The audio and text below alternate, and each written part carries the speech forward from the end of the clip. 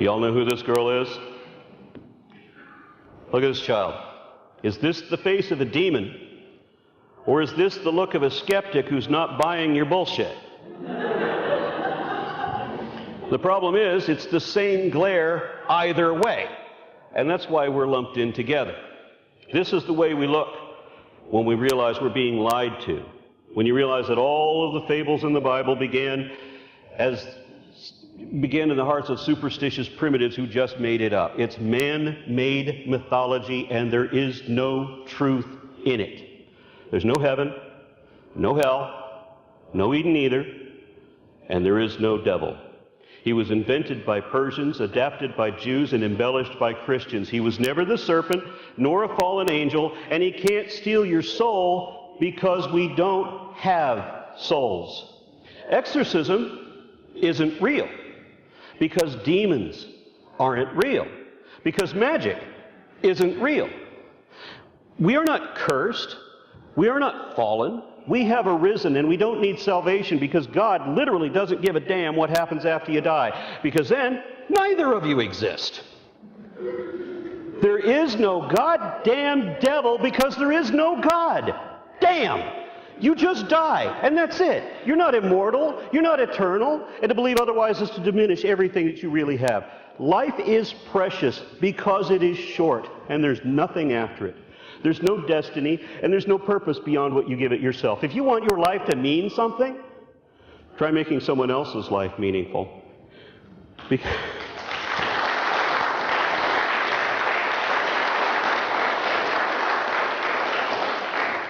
Thank you. Because regardless, whatever else you believe, history will be our judge. And stop waiting and wondering about some posthumous promise or divine damnation, and learn to live and love life.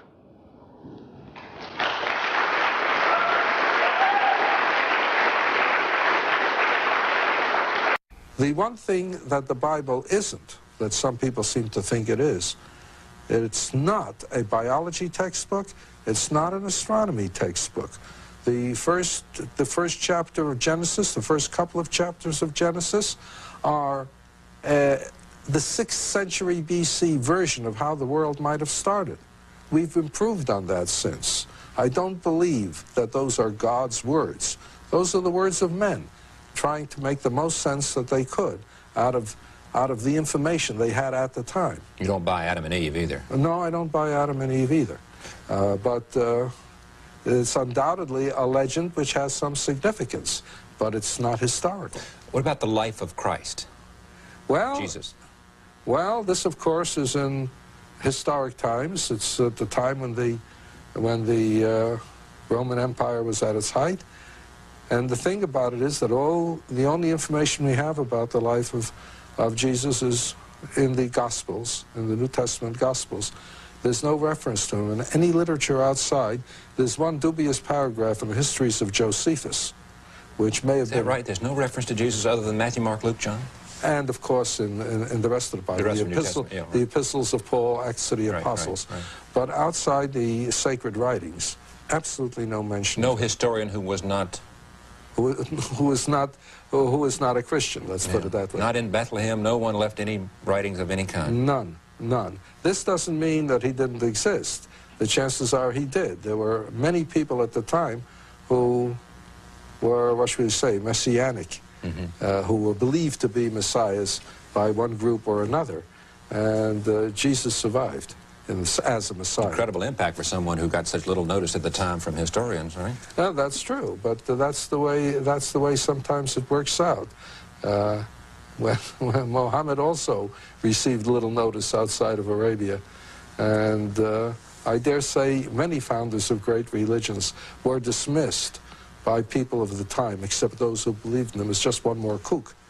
The God of the Gaps argument has always been used to provide a place for God. The idea is that if science can't explain something, then maybe we need to reintroduce God. That's been historically the reason why people even talked about God. God was always an explanation for the things they didn't understand. Now, I don't claim that we understand everything, But we can give a plausible explanation for every question of this sort, rather than the gaps increasing, as he was urging. I claim that the gaps have pretty much disappeared. Not that, again, we can explain everything, but we have a plausible explanation, and that's why I wanted to give some detail into that scenario for the natural origin of the universe. Also give you some idea of how the laws of nature could come about.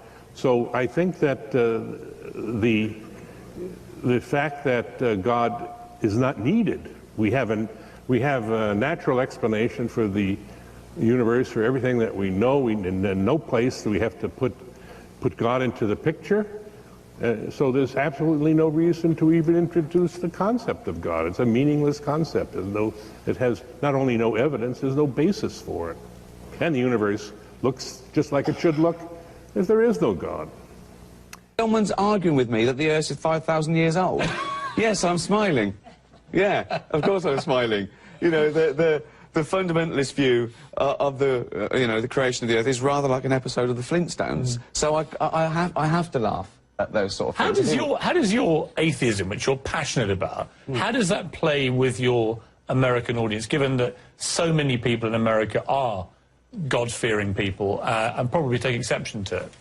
Well, they shouldn't. We talked about this last time. Why should they take offence that I don't believe in their God or any other God? And I'd say to them, you know, tell me the reasons why you don't believe in all the other gods, and that's the reason I don't believe in yours. And I've got nothing against people believing in God at all, you know. In fact, if it, you know, did make you a kinder person, if you only did good things in his name, then great, you know, but there's the rub.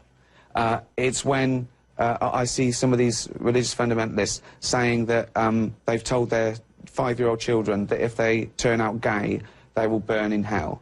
That, to me, is child abuse. That's nothing to do with religion or spirituality. That's child abuse.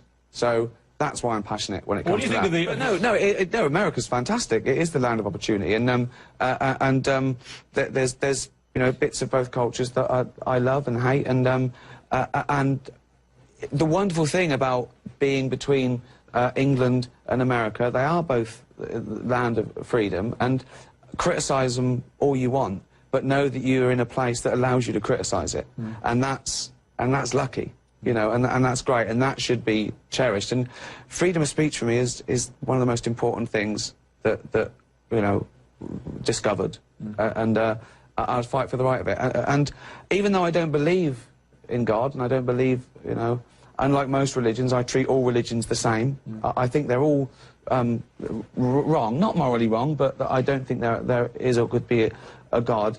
But if someone said, we're banning religion, I'd march to not have it banned, because it's your right to believe what you want. And it's your right to be wrong, and I'll fight for that right. Here's just one. There are many examples of the way the Christian God has been defined which cancel themselves out. For example, God is defined as a being with free will who knows everything. He knows the future. God not only knows the past, and I'm assuming this is the kind of definition that you hold. You'll correct me if I'm wrong, because you haven't told us yet. But God not only knows the past and the present, but he also knows the future, which means he also knows his own future decisions. God knows what he's going to do tomorrow at 12 noon, because he's God. He knows everything.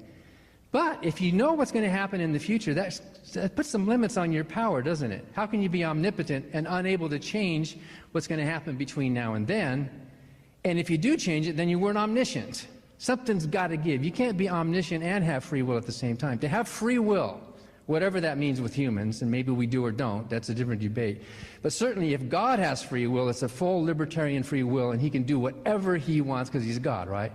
If God has free will, then he can't know the future. If you know the future, you can't have free will, because the future is fixed. There's no period of indeterminacy between now and then where you could change your mind. I might decide I'm going to have coffee tonight after we go out, but I could change my mind in the meantime. I have the freedom to make that choice. So if God is defined as a being with free will, who is omniscient, who knows the future, then that God is a married bachelor, and that God not only does not exist, that God cannot exist. And there are dozens of incompatible properties between God that show that by definition, Mathematically, logically, the God you believe in cannot exist. Also, in order for any hypothesis to be veridical, meaning it can be true or false, it has to be falsifiable. There have to be things you can say about your hypothesis which, if true, would make it false. If we found a black polar bear, the statement all polar bears are white would be falsified, right? We haven't yet, which strengthens the hypothesis. So I would ask you, what kind of statements could be made which, if true, would prove theism false? If you can't do that, you don't even have, not only do you not have a coherent definition, you don't even have a coherent hypothesis of this being that you are arguing for. The second absence, and this is probably the biggest one, the second absence is the absence of evidence for a God. If there were evidence for a God, we would have seen it tonight. It would have been on the table. Jerry would have said, here's the evidence for a God, not evidence against evolution. That's just a gap. My question is for Mr. Jillette. I liked how you framed the definition of atheist. I had never thought about that, and it's giving me something to think about. And I also appreciated hearing your explanation about why you oppose like nativity scenes on public property. Could you also comment about what you think about the 10 Commandments being displayed on public property and how that... It's the same thing. You know, well, one of the ways Glenn and I get to know each other more was him asking me to write an atheist 10 Commandments. And there is a lot of arguments, and very reasonable ones, that morality is more important than religion. When you say the sentence, God is good, you have automatically said that there is a morality outside of God. And that's a morality that we all share. And I think that trying to put that in a Judeo-Christian context in a courthouse does leave people out. It's what all I want is for more people to be included in more things. And that courthouse should really belong to everybody. So let's put as few things in that are exclusive and as many things in as are inclusive. It's a conservative issue. This is all painted as though it were a progressive issue, and it's really not. It's a conservative issue. A true conservative believes that the government should be out of as much as possible, and there should be individual freedom. And they're also a true Protestant, especially, or Mormon, believes very strongly in an individual relationship with God, yes. Which means you have, in an ideal Protestant world, you have over 300 million different views of God in the United States of America. You can't fit those all in City Hall. So the best thing, as you said very well, we should just keep the state out of it. And you should be able to. Okay. Look at all the property you have here. Right. Put a creche over there. Put a nativity scene over there. Tattoo things all over your body about God. So what you're saying is, because... it's only stuff I pay for that I'm bothered by. It's a great disappointment of the last 14 years has been that civil society has failed. That we can't do the things to the Islamists that we would do, as I referred to the neo-Nazis. You know, we're just not, it seems we're not set up for it, or people don't have the guts and the balls for it. They just, you know, they fear being called a name more than anything. And, you know, the thing I've always said is, we'll win when an Islamist who is not breaking the law but is saying horrible and hateful things is treated in the same way that Nick Griffin is treated. That's when we'll win. You know, because we all recognize he has a right to freedom of speech and so on and so forth, and if he's not breaking the law and it's a legal party and so on. But, you know, we don't invite him to loads of places. The Quakers don't host Nick Griffin, you know, to have Q&A sessions. You know, the Methodist Church doesn't celebrate the political thought of Nick Griffin. You know, the Anglican Church doesn't have hymn sheets that promote things that Nick Griffin thinks. Of course not. We know what to do with those types of fascists. But societally, we've totally failed to understand, to even recognize, and then to deal with this type of fascism. It's a magnificently terrible failure, and we're reaping the rewards. So we have to wake up to this. A Roman Catholic Church, which preaches that women are vessels of temptation, which insists on celibacy, that makes sex a matter of guilt and shame, that is composed of an all-male priesthood, the whole practice of which is based on a sexual repression, what do you think is going to happen to the children in the care of those people? Don't act surprised. They don't act surprised. They knew it was going on all the time. And they covered up for it. Where is Cardinal Law, may I ask you? Former Prince of the Church in these United States. Why is he, Boston laity, you want to know this, why is he not in the top? Because he's in the Vatican. Because he's fled the jurisdiction and been given a sinecure at the Church of Santa Maria Maggiore in Rome, and voted in the conclave to produce the next pope, the holder of the keys of Peter, the vicar of Christ on earth. This man who ran a racket of child abuse, why do we call it abuse? Of the rape and torture of children for generations, decades, and across a wide swathe of the country. And it's not in spite of his religion, it's because of it. And I think it's evasive to pretend otherwise. Religions undermine respect for the only way of acquiring reliable information about the nature of the world. Religions encourage the pursuit of understanding by the contemplation of navels and the achievement of comprehension by adopting a variety of ways of stemming the flow of blood to the brain. They encourage scavenging hints about the nature of reality by the close analysis of those ancient, politically edited compilations of folk tales referred to as sacred texts. If you favor self-deception, then vote against the motion. If you consider that society is enhanced by honesty and by unbiased perception of the search for truth, then vote for the motion. Thirdly, religions undermine respect for evidence.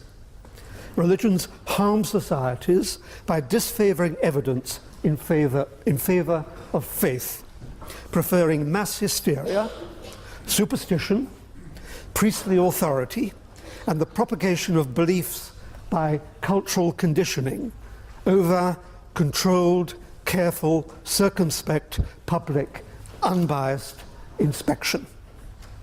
If you consider that introspection and submission to authority mark the path to understanding, then vote against the motion. If instead you consider that truth is not arrived at by fanning the flames of a crowd's opinion, but by circumspect public scrutiny, then vote for the motion. Point of information? Take it. Within Islam, there is a procedure to alter the text according to modern society, which relies on logical analogies that are drawn from the real world and a logical process that is followed to reach the conclusion. How then does it block logical interpretations of the world around us? Thank you. All religions pride themselves on developing analogies, normally after the truth has been discovered by scientists.